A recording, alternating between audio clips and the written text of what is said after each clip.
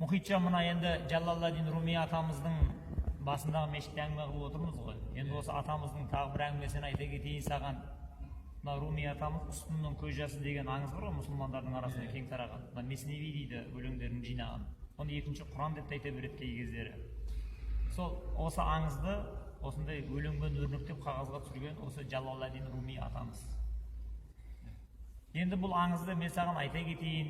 Баяғыда дейді, мына пайғамбарымыз енді Меккеден дұшпандармен тіресіп төбелесіп келеді ғой енді Мединаға, қасына азғантай мұсылмандар. Сол кезде жаңағыда бәрі жиналып пайғамбарға бір мешіт соғып берейік, үй соғып берейік деп айтты дейді. Енді ол кезде қайбір енді құрылыс материалы бар дейсің, өзі мұсылмандардың саны аз, бәрі кедей, содан балшықтан үйтіп бүйтіп бір қабырғалар тұрғызды да ортасында осындай бір ұзын ағаш көп қойды дейді.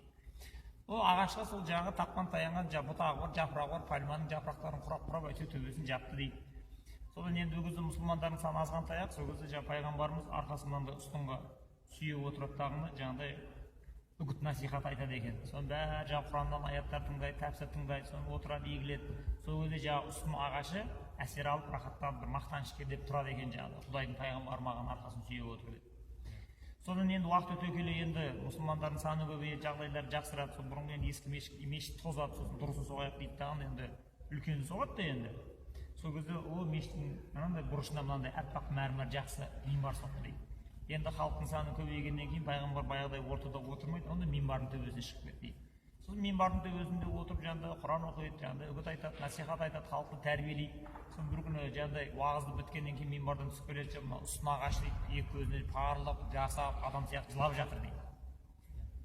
Сосын айтты дейді, ей ұстын, сен неге жылап тұрсың, саған не көрінді деп айтты дейді. Сонда ұстын ағаш айтты дейді, я Расулалла, баяғыда есіңде ме сендер? Алғаш келген кездеріңде арқаңды маған сүйеп отырып уағыз айтатын едім, сол кезде мен әсер алатын едім, сол кезде мен ләззатқа бөленуші едім, сен мені тастадың да минбарға кетіп қалдың ғой, мен жетім қалдым ғой деп айтты дейді.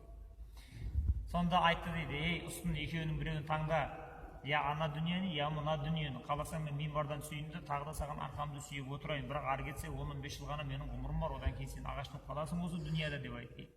Не болмаса мен сол минбарда отырайын, есесіне сен арғы дүнияда кәдімгідей қайтадан дарақ болып тірілесің дағы, мәңгі жасайтын сонда миуа ағашына айналасың, Құдайдың дидарына ұшырайсың, сол кезде мен сені көрем деп айтты дейді. Қайсысын таңдайсың деп айтты дейді. Сосын дарақ жаңағы ұстын тұрды да айтты дейді, жақсы, оны ана дүниеде кездесейік деп айтты дейді. Сол кезде жаңағы ағаш кәдімгі адам сияқты жан тапсырды дейді.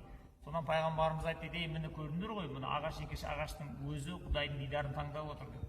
Содан енді ана ағаш өлдіге есеп, оны алды дейді орнынан. Сөйтті дағы оны адам сияқты жаңағыдай арулады, одан кебіндеді, одан жер қазды, одан жерледі, одан жаназа шығарды.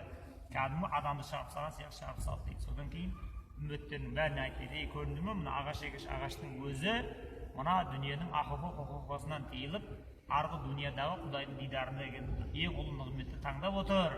Сендер осы ағаштан үлгі алмайсыңдар ма дейді. Енді бұны Светқали ағамыз қазақшаға аударған. Енді сен кішкене әдебиет шұқылап жүрген баласың ғой. Енді сол қазақша өлеңді білесің ба? Білем. Білсең, мына кейінгі ұрпақ, кейін біз дүниядан өткеннен кейін алдыңғы ағалар бізге есті бір әңгіме айтып қалдырмады деп ренжімес үшін сондай жақсы ғибратты әңгімелерді кейінгі ұрпаққа айту керек. Еске сал жібер. Апыл қалма біл таны, ей адамның ұрпағы, кемсің осы ағаштан айналаңнан сыртаны. Бақи үшін көрдің ғой фәни жанның қиғанын, ұқта өзің салмақта, жаратқанның сыйларын, жансыз ағаш зарлайды көрсем деп хақ дидарын. Халифасы Құдайдың қайда сенің иманың?